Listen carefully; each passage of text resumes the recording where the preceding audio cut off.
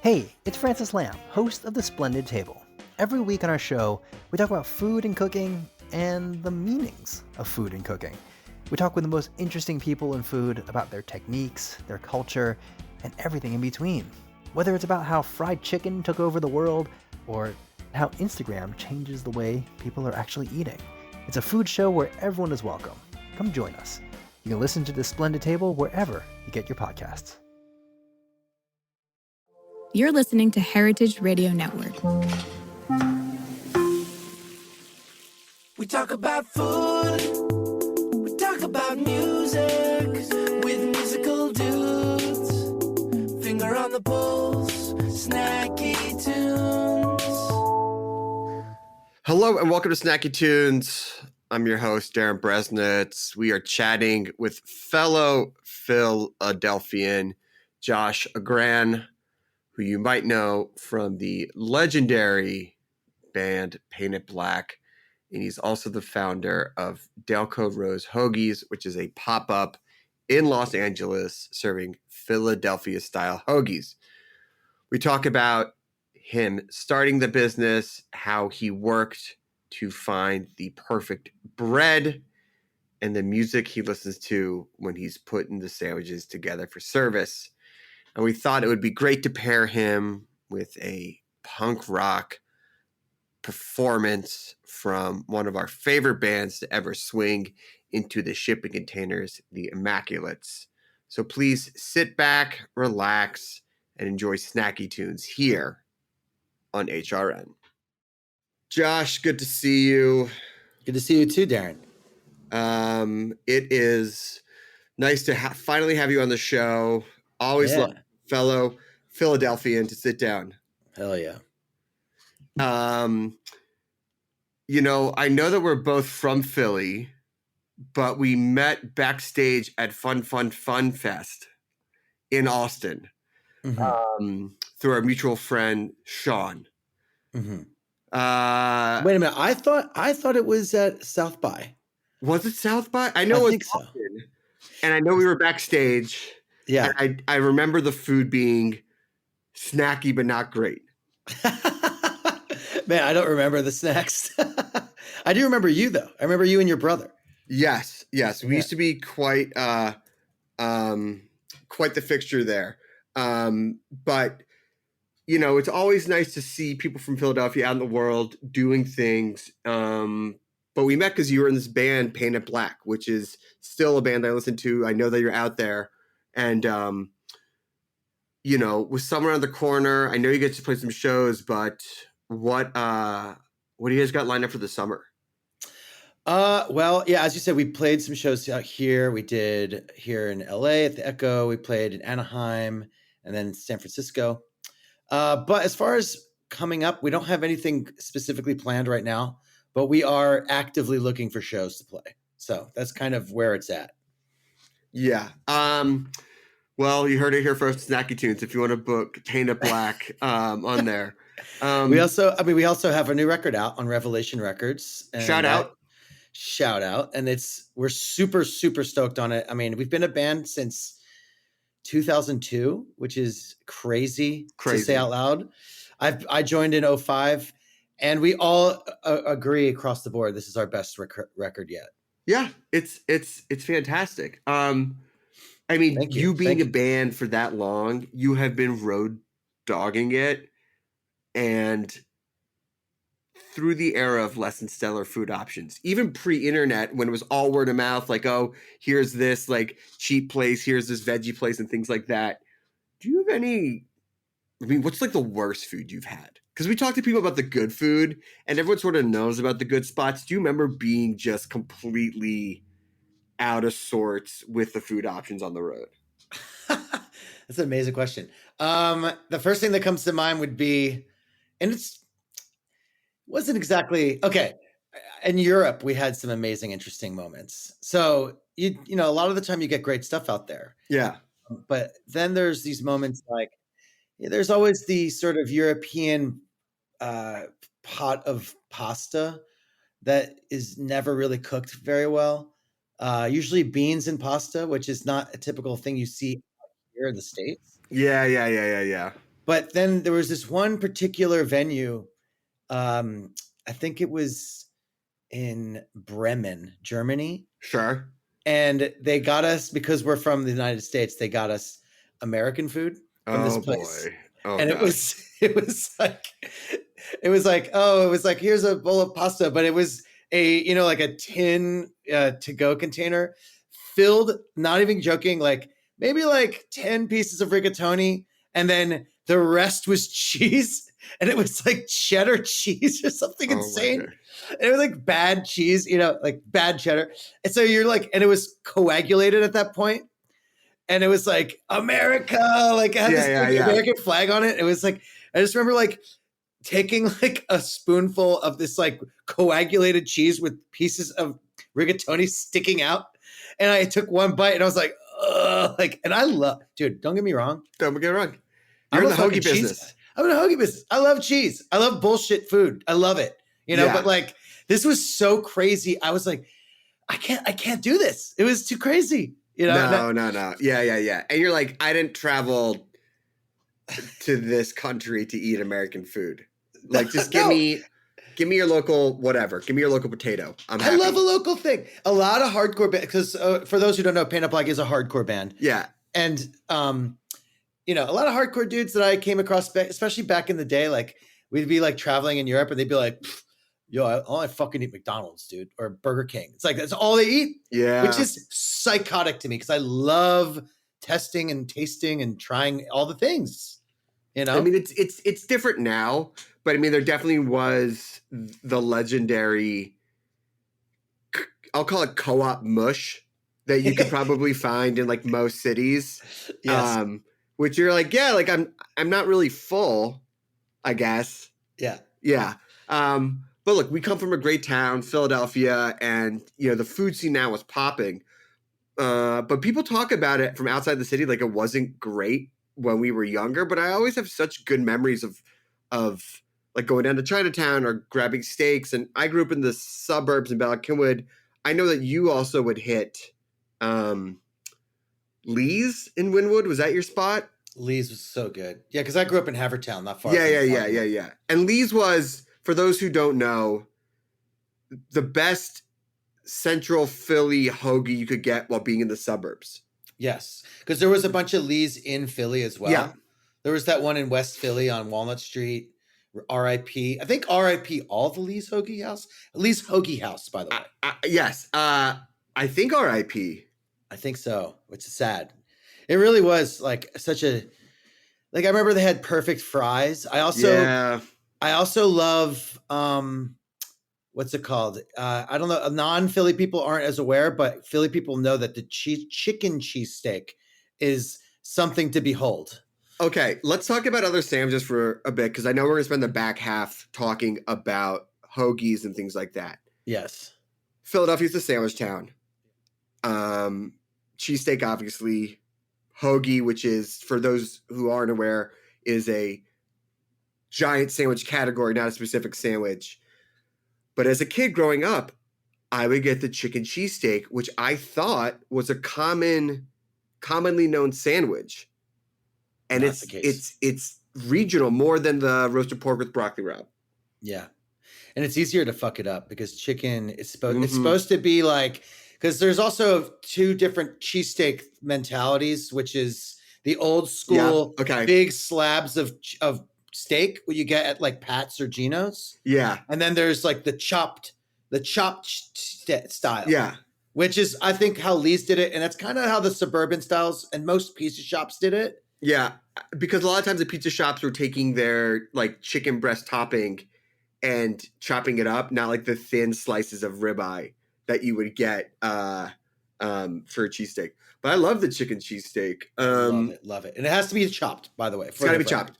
It's got to be chopped. I know you moved to LA 2020. Yes. And I know you've gone on the record saying like it was a wanting city for sandwiches. But I have to say it's nowhere close to what it used to be. Like, and in fact, and I know that we're in 2024 now, and I think it's actually like a great sandwich city and pizza place for bread. But moving here what was missing for you? You know, I don't really have that mentality of missing because I find that to be insulting. You know, Fair. Fair. like I didn't move here for cheesesteaks or hoagies. Like I didn't do that. You know, but as far as like, I guess, but that said, my selfish side wanted a proper hoagie, and that's why we're even sitting here right now. Sure. You know? And I didn't even set out to make a business. I just literally made it for myself. But but to say what's missing, I mean, to be honest with you, like it's not exactly the food. It's more like the options of like where to go at what times, like late night stuff. Sure. You know, and accessibility is more what is missing for me. Yeah, because in Philly and even the bodegas of New York, if you want that specific sandwich, it's at your fingertips almost anywhere in the city at any time. And here in LA, there might be 2 spots, 3 spots that are open for that. And I think that's actually a better way to put it because there has been great bread here. There has been great sandwiches. There have been specific sandwiches. It's just not like, am I willing to drive across town and sit on the 10 for a sandwich? Yeah. Dude, like a perfect example. Last week I went to get pizza. Like me and a friend were like, just like, oh, we want pizza right now. Yeah. And it ended up being like the places we wanted were like, you know, closed or like only open 3 days a week, only internet ordering. Yeah. We ended up going to a really, really good place called Pizzana. I love Pizzana. Shout out to Daniele. Great spot. But we ended up, you know, spending $100 in like a fine restaurant. And by the way, shout out to that dude. Great stuff. But I actually found him because I was looking at, there's a guy called the LA Countdown who does a great little Instagram. Who shouted me out, which he rules, and thank you again. But I guess Daniela is the name of the chef there. He said that LA is a pizza town, and I have to wholly disagree. And not because there's not good pizza here. There's plenty of good pizza here. It's that you can't be like, I need a slice, and I can walk down the street and get a quality slice as needed. And that's what my East Coast American brain thinks a pizza town is something like that. Yeah, but there's then LA is no town like that because there's almost no, except for maybe tacos. That's what it is. It's a taco town. It's a taco town. Fine. Okay, fine. It's a taco town. Yeah. So you're in LA, you're working at the legendary Cookbook Market, which I would argue is where you can actually get a decent sandwich in the city. And that's where you made your first LA take on a Philly hoagie. Correct. Talk me through that moment. What happened? Why did you want to make it? So at Cookbook, I worked typically at the time I was working the night shift, 3 to 8. And during the day we have a kitchen staff. They make a staff meal. At night we don't get it. So I took it upon myself for a few weeks to make different sandwiches every week for me and my work pals. So one day I think it started with this one. I started with the idea of doing a hoagie because I just really, really missed it. And I wanted that because we do have great sandwiches at Cookbook. Highly recommend. Like the vegan carrot, for instance. Amazing. People should try that. And we sell a turkey sandwich and it's great, but it's got, you know, arugula, Challerhocker cheese, Dijonnaise turkey. And that's it. Fine. I have no problem with it, except it's missing for me acid and tomato and onion. So I was just like, all right, I'm going to make a proper Italian hoagie today. So using the same baguette that is used on that sandwich, which is the Bub and Grandma Jumbo baguette. Shout out Andy. Shout out Andy. And so I just made one and I did what I had because we have all the deli things needed. And I made it one day and I took a whole baguette and I cut it up. There was like 5 or 6 people working that night. And I gave it out. And that's when the reaction I got was ridiculous. It was just shocking to me because everyone was like, oh my God, this is better than anything we serve here is what people were saying. Wow. And I'm like, especially to John and Vinny, right? Right. Yeah. I mean, but well, that should be said. I believe that those sandwiches are all pre-John and Vinny creations, I think. Copy that. Got it. But anyway, everyone was like freaking out. And then I just remember the first thing I said was, "It's a fucking hoagie, dude. Like, what are you talking about?" You know what I Right. mean? Yes, but it's to me, I'm like, oh, this is a great hoagie. Right. But it's like, because I know that when I go home to Philly, I could swing into Wawa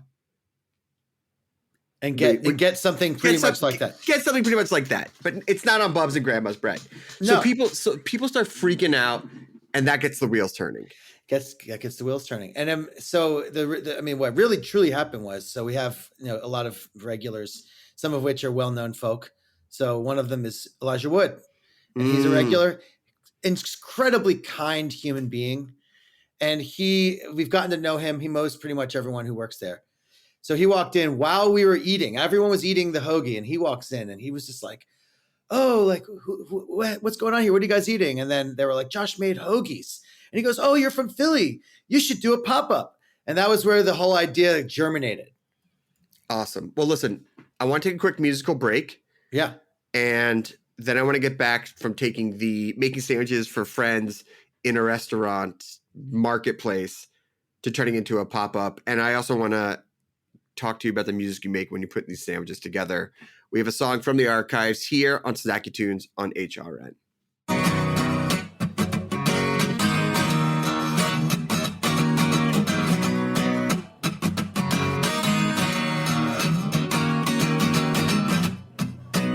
Play a little rough, but I never knew you were after me. Now even when I'm alone, I feel like somebody's watching me. I couldn't smell the smoke, and now I watch the flames. I couldn't push myself to quit. Oh, this dangerous game. There's a reason people die out here. I can't keep living this way. I can't keep living this way. Oh, I've been running so long. These shadows start to feel like home. Oh, I know it's backwards. Been scared so long. Can't recall what I started running from. What am I becoming? What am I becoming?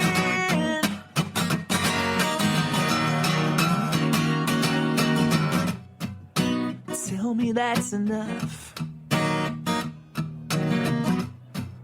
But I got a hunch I'll be back again. Even if I could escape, I'm paying with something I shouldn't spend. I couldn't smell the smoke, and now I watch the flames. I lock myself out here again. Oh, this fruitless game. All these people are gonna die out here. I can't keep living this way. I can't keep living this way. Oh, I've been running so long. These shadows start to feel like home. Oh, I know it's backwards. Been scared so long. Can't recall what I started running from. What am I becoming? What am I becoming? What am I becoming? What am I becoming? Welcome back to Snacky Tunes. We're here with Josh Agren from the legendary band Painted Black and the founder and owner of Delco Rose Hoagies. So what people don't really realize about LA is that there is this subtle celebrity sort of highlight nature of day-to-day life. And you can be in a restaurant and you can be out shopping and you can see someone, you're like, oh my God, that's famous. So someone like Elijah Wood comes in, has one of your hoagies, and you start getting this idea like this could be something. But the other thing about LA is a lot of people have ideas that never turn into anything, except for just the same conversation you have at party after party. How did you start making moves to turn this into your own thing? It took a long time, to be honest with you. Initially I was very flattered by the excitement, but at the time I just thought of it as a true pain in the ass. I was like, I don't know what the hell I'm going to like. How do you do that? In fact, I contacted our mutual friend, Sean McGinnis, who is another restaurant guy in Philadelphia. He ran his own place for a while. He's been through the business. So I hit him up. I was like, what do you think about this idea? He got so stoked. And he was like, oh, you need to get A, B, C, D, E, and blah, blah, blah. And he's like, do you have $5,000? And I was like, no. And then I just shelved the idea. Sure.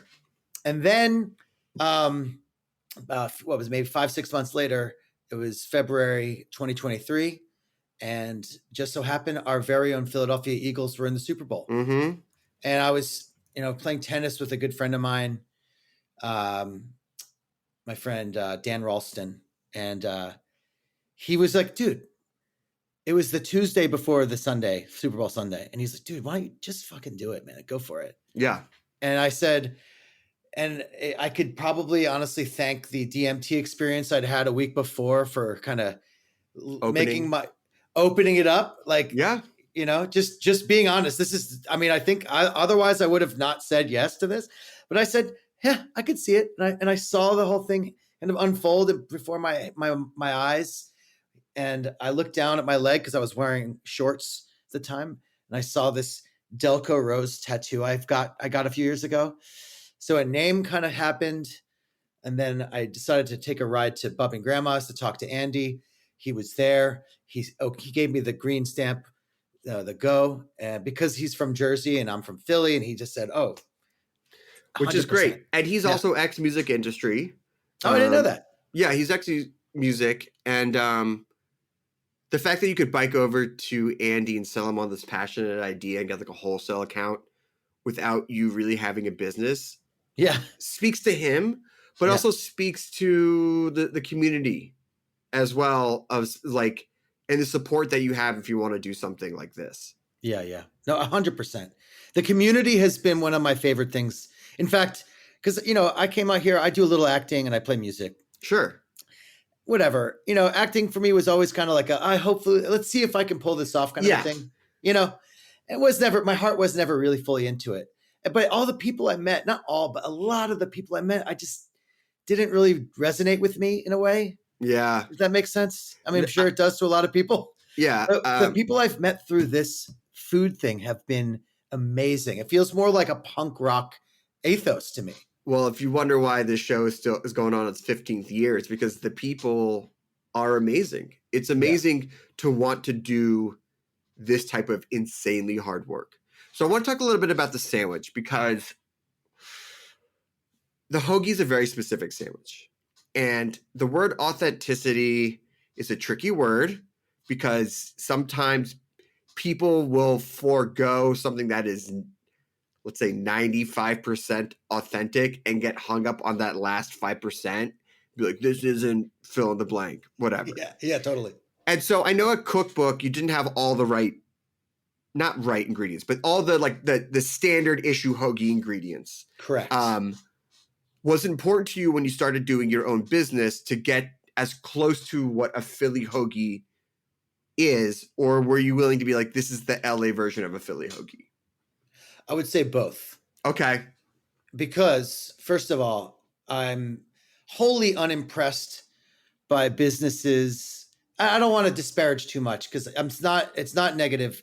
It's just not for me to be like, I'm going to fly out like this specific bread, like Amoroso or something. Maybe the tasty cake, I could see that, or like the right chips. Oh yeah. That is different. But like the bread, it's like, I'm more interested in fresh, and 100%. I'm more interested in local, and I like supporting local stuff as much as possible. Well, if you're fresh and locals, Bubs and Grandmas, that's also, some of the best bread I've ever had. It's incredible. It's easy to support fresh and local when Andy's baking. You're right. And 100%. Yeah.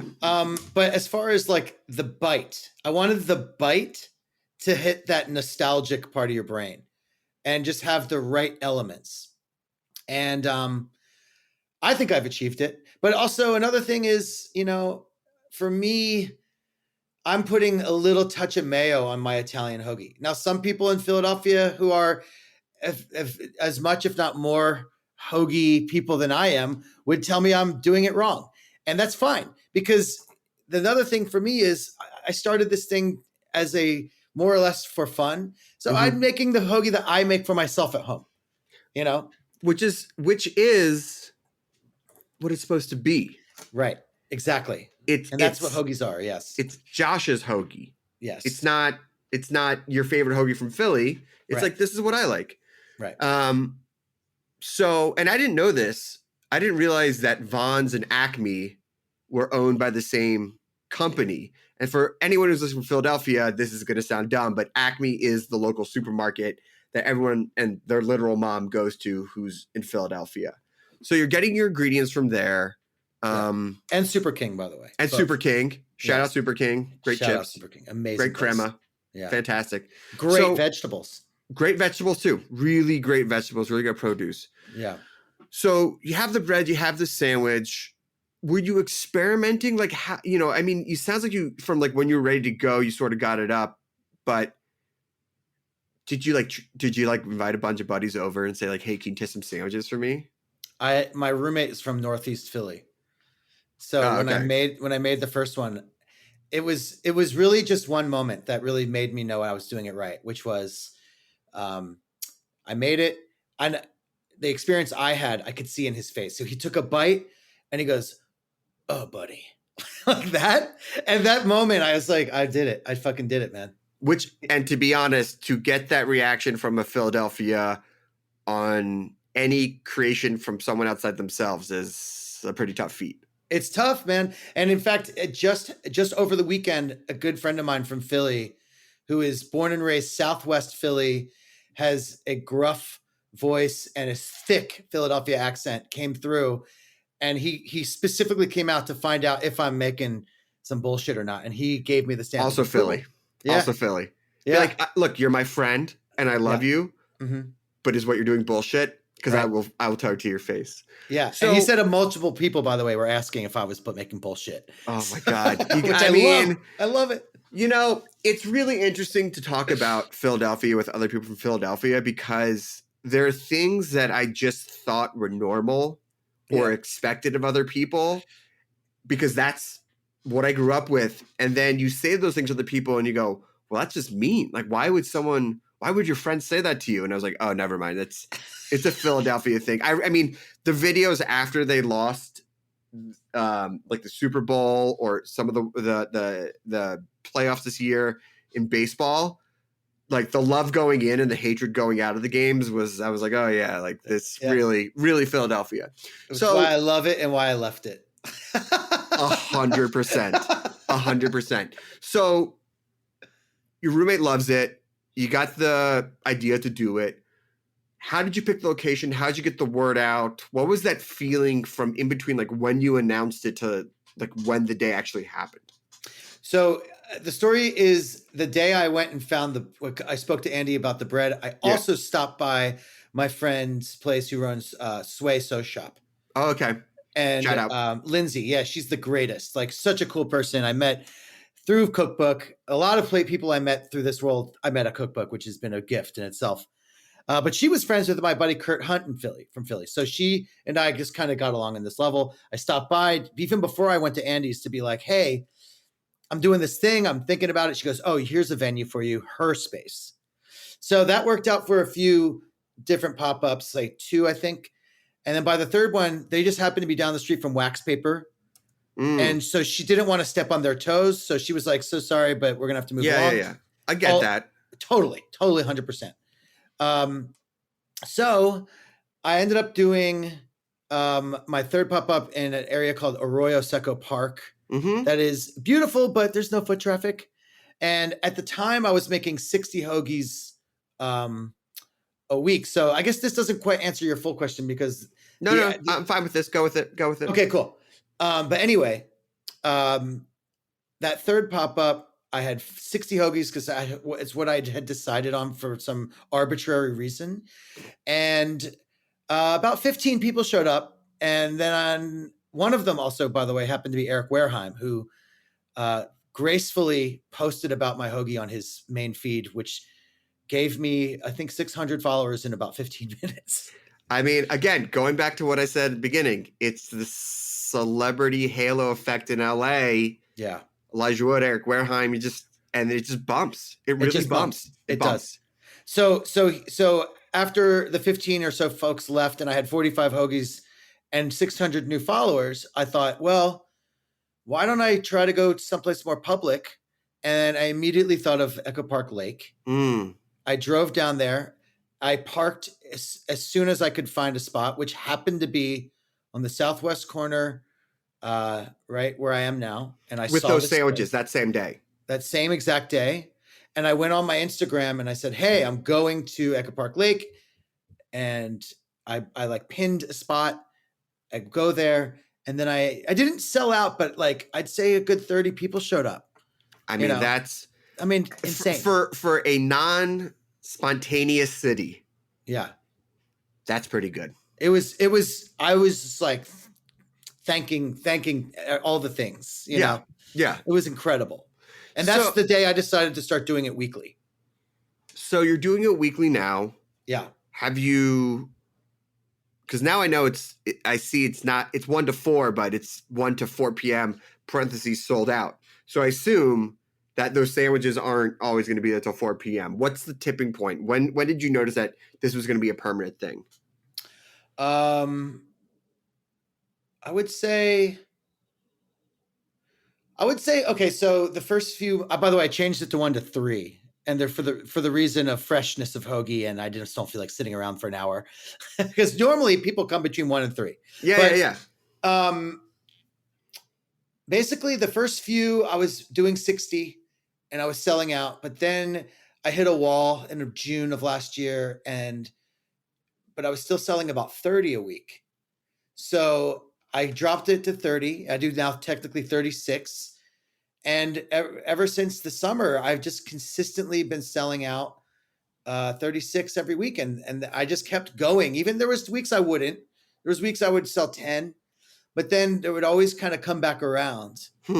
And I just decided after a certain while, also another thing happened that when I was starting the pop-up, I also was looking for a new job because I had been working at Animal Restaurant for about 6 to 7 months and they were closing down. So sure, I was looking for a new place. And then I almost got a job at the place called Masa in Echo Park. It didn't work out, but my pop-up was happening and I was making money. So I just said, why don't I just do this instead? Because it was doing okay. And then, come summertime, it just seemed like people were coming back and I had regulars. And that was the regulars is what really made me think I'm doing something right. Because having that sandwich to look forward to the end of the week, and you know it's going to be good. Yeah. They can get you through a day. Get through a bad day or two. Dude, 100%. I've been that person. Yeah. You know. Yeah. And I am that person, you know. Yeah. So I want to make sure we get to the music part of it because, you know, you were a musician first and a hoagie maker second. When you're prepping the hoagies, what do you got on the soundtrack? That's an embarrassing question to answer. I feel like I just saw a clip of Rick Rubin talking about not wanting to be a DJ. So I started using the AI DJ or whatever it's called, the AI Spotify AI DJ guy. So I've been listening to him, but like, okay, typically I am usually listening to, what was the last thing? I don't like heavy music when I'm doing hoagies. I like it light and light work, you know, fun. Like I'll put on, like the other day I was listening to REM radio, you know. Great. And like, I just love REM. Or I'll be listening to, or a podcast. I love a podcast. Yeah. You know?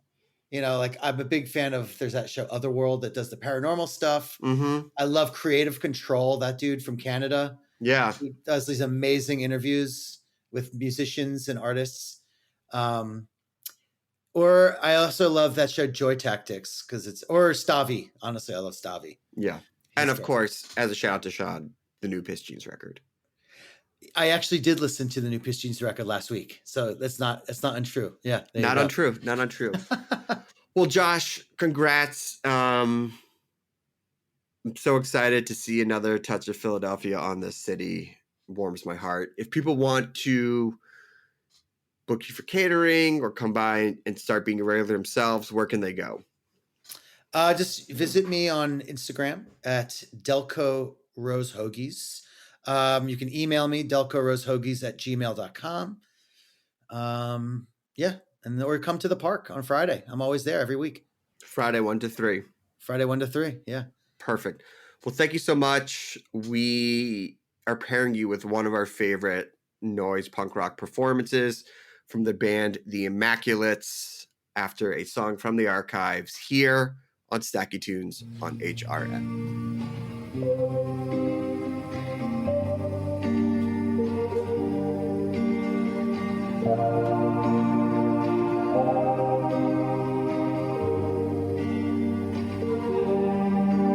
I live off love, I feed off love, I breathe off love. I sink in love, I think in love, I drink of love. And in the middle of the night I need my love. I need to grieve, I need to need and be in love. My love is gonna call to me tonight.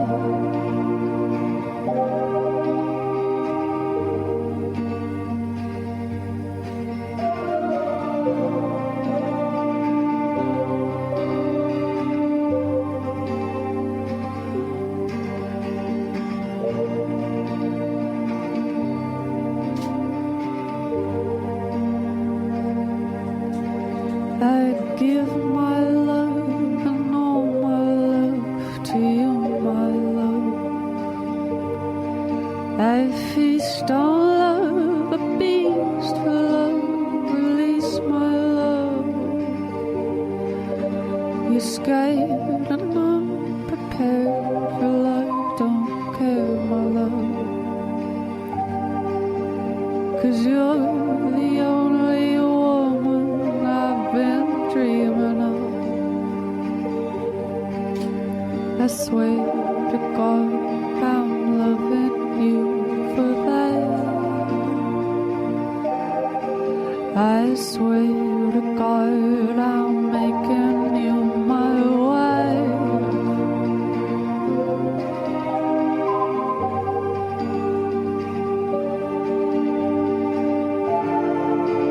And if you ever leave me,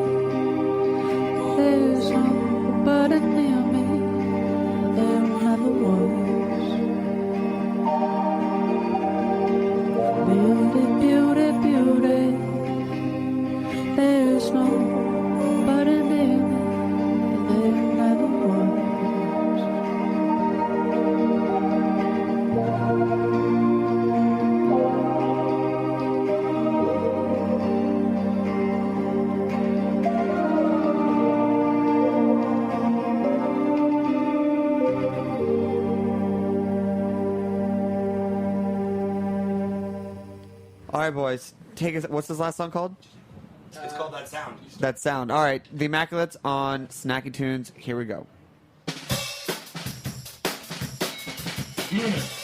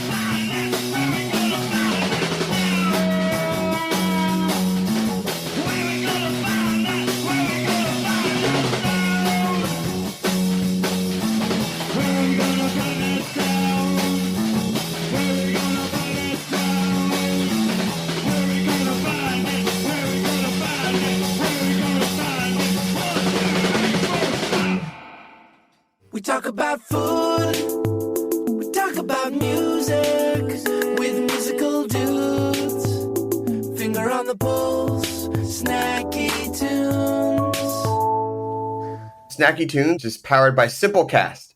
Thanks for listening to Heritage Radio Network, food radio supported by you. Keep in touch at heritageradionetwork.org/subscribe. Hey everybody, I'm Nick Latham. And I'm Leah Bottima. And we're the hosts of Were You Raised by Wolves? Each week we try to make the world a kinder, nicer place. Well, that's the idea at least. I mean, we try.